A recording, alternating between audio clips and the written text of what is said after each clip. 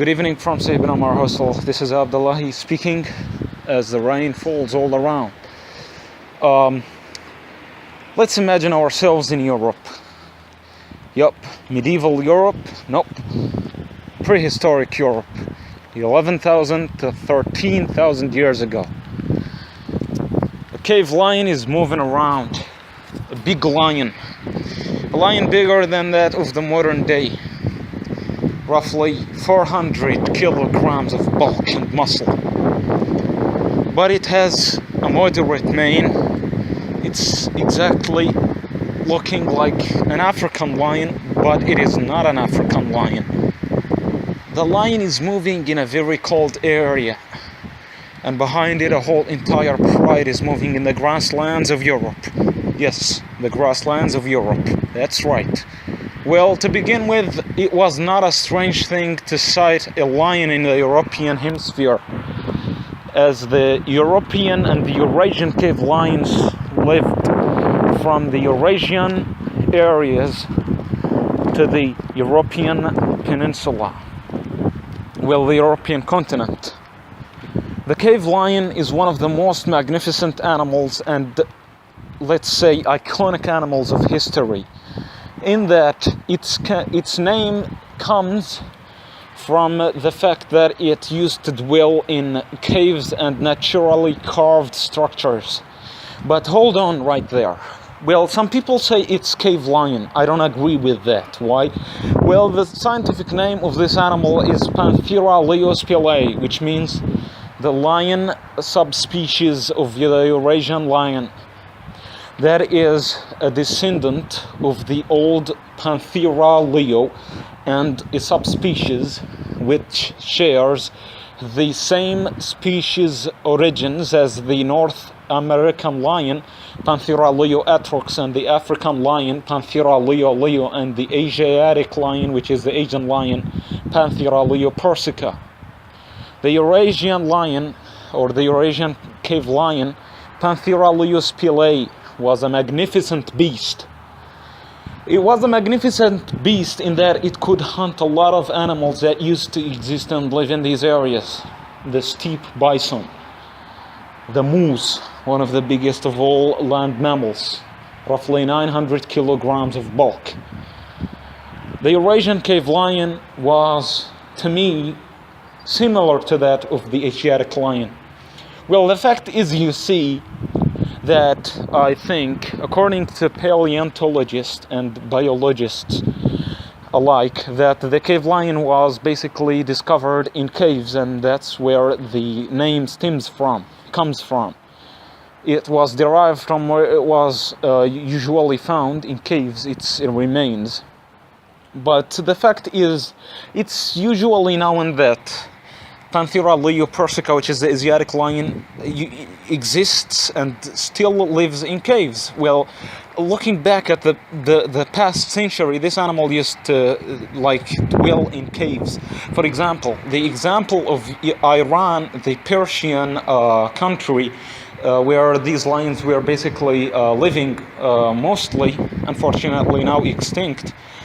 They used to live in caves, and the examples from the 1940s and 50s, and I think around 1960s and 70s as well, proves that the last pride of lions was killed and was basically massacred, I think around a cave den.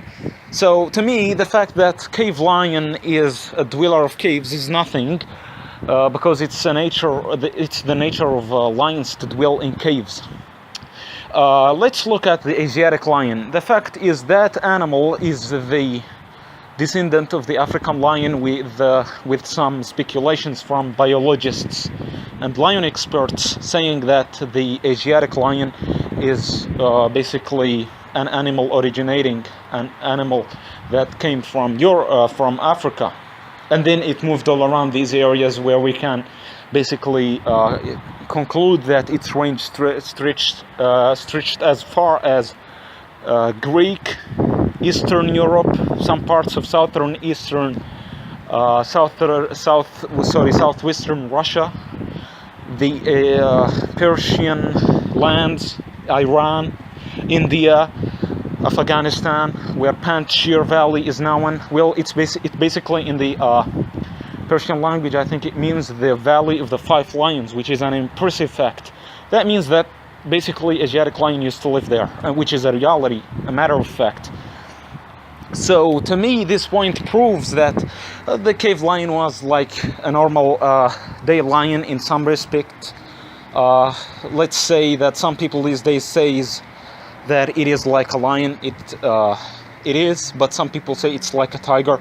I don't agree to that. Some experts said that it basically has stripes around its body, and it's basically like subspecies of tiger, cave tiger they used to call it. But all appeared to be the reality when the fact was discovered, and the reality was uncovered around this animal, about this animal, when it was basically with DNA evidence, when it was basically discovered that it is indeed a subspecies of Panthera Leo, which is the lion. So that point really proves what I'm really trying to agree with, that Panthera Leo Spelaea, the Eurasian lion, the cave lion, is basically a subspecies of the lion. Let's look at the North American lion, which I basically referred to, and I made a small short documentary about last time. The North American lion, Panthera Leo atrox, is basically a let's say a diverging, let's say it stemmed from the Eurasian cave lion.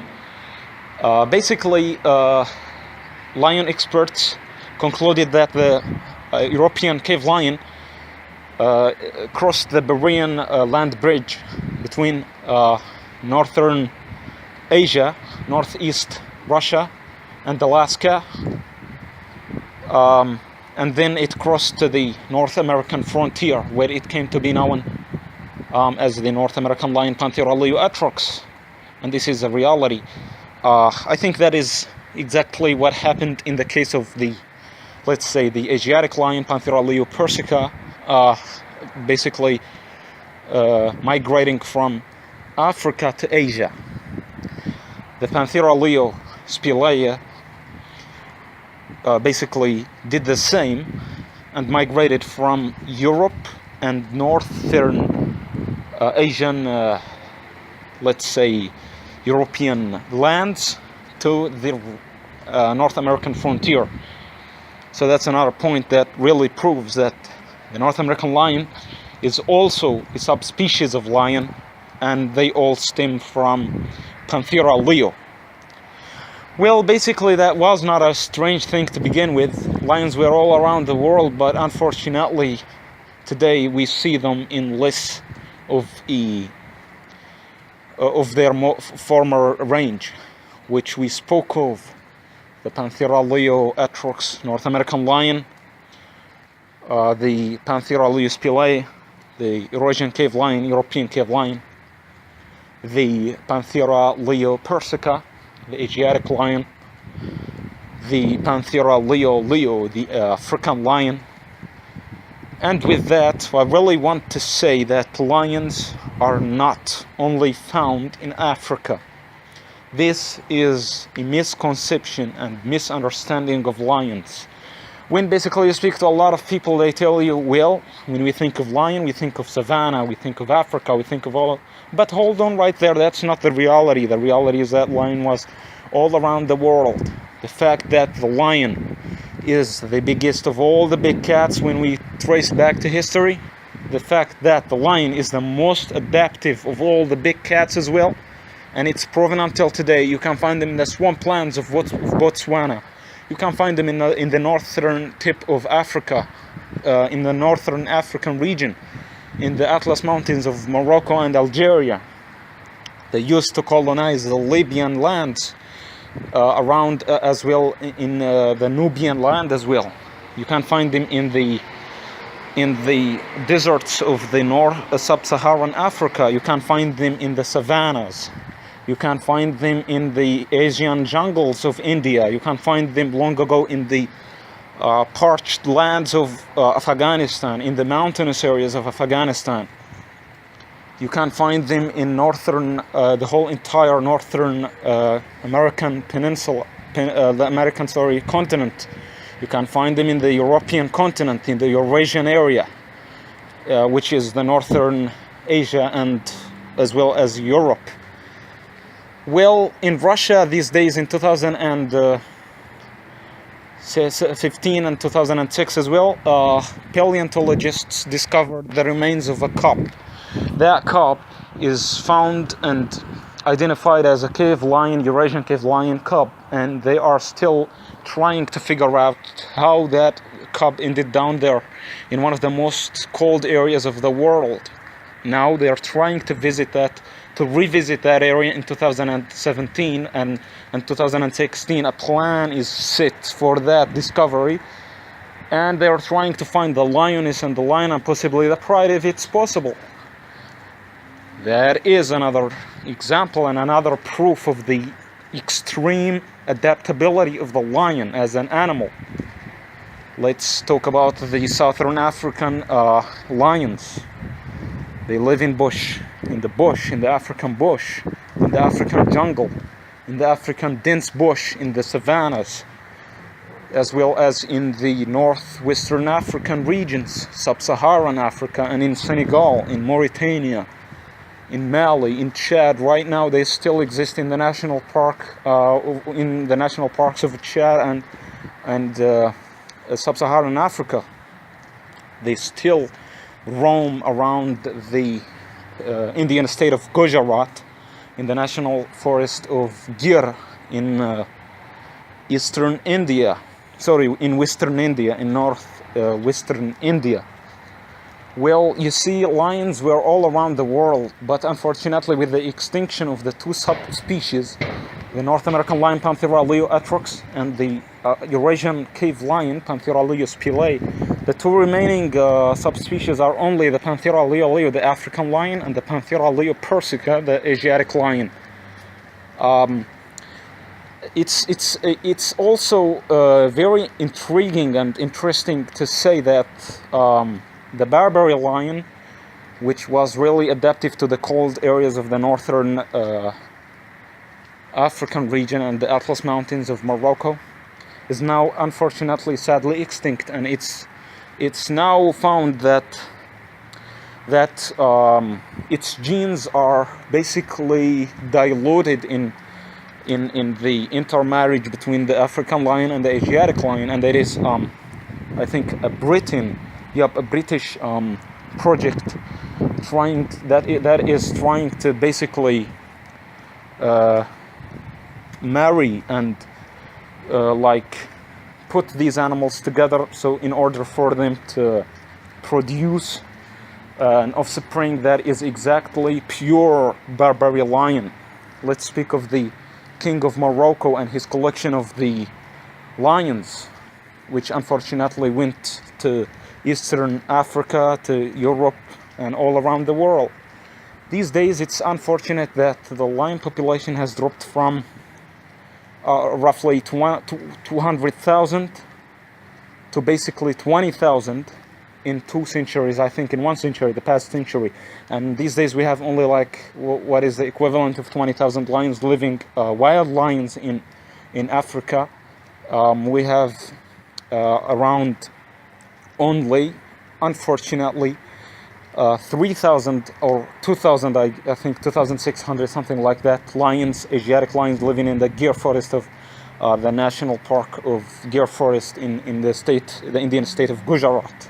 And I spoke that in a previous short documentary called The Asiatic Big Cats and the Future, and about the situation that is surrounding this population and how we should and we must really raise awareness of that, and how these lions basically are secluded in that area. Well, they colonized areas around the beach, the Indian beach, but unfortunately it's still the fact that they need to be basically given another priority and given another population area, so they can basically have multiple bases in case that something would basically be a danger to the population in the deer forest, so that another population could survive. And that's what I explained in that video. So looking back at what we were basically discussing about lions, yep, the fact is, just like tigers, the lions were and are unfortunately losing their habitat against the human encroachment. The fact also is that there are many lions in northern America. These are not wild animals, not wild free lion, wild ranging lion. Nope, these are basically owned lions that are living in captivity, captive populations. The same as with tigers. Well, it's interesting that now Panthera tigris, which is a tiger, is living in the captivity, and the population in captivity is said to be more than that of the wild animals. Roughly 3,000 living, or I think less, of tigers, free wild tigers in the Asian lands these days. So that's another shame on humanity. Well, the population of humans, of humankind, Homo sapiens, is now making a big effect as well on the population of lions and other animals and tigers. And it's a remarkable thing that the lion population restored its survivability and its place in the as is the case with the Asiatic lion in the state Gujarat and in the Gir National Park. And it's really interesting that they really literally came from the brink of the disaster that would have befallen their population. They have literally came back from the brink of extinction, and that is a remarkable thing, and it's really a happy thing to see. I want to conclude this video basically by, raising the awareness about the big cats, the lion and the tiger, respectively, because the fact is that many people do not realize that lions and tigers are almost the same, and they are basically the same. They are different in their being different animals, but they are originally one animal. The lion is said to have had its evolution basically going through the line of the tiger and not vice versa. So the fact is that tiger is the origin of lion. Panthera Leo tigris gave the evolution of Panthera Leo, which came to be known as a lion.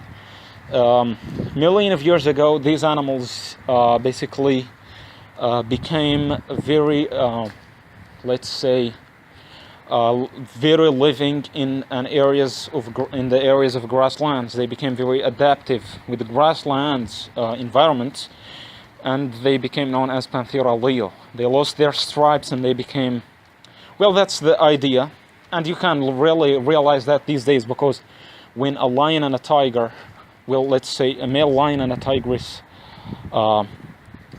come together and mate together, they produce what is known as the liger, which is the biggest big cat these days, and that is really a proof. So the reality is that these animals are together, and we should be considering them and considering their survivability. I would be doing this video to raise awareness about them as a wildlife enthusiast. And in the next videos, we're going to go through a lot of interesting facts about the lions, especially the cave lions and the cave hyenas as well. And with that, I conclude this video. Thank you very much.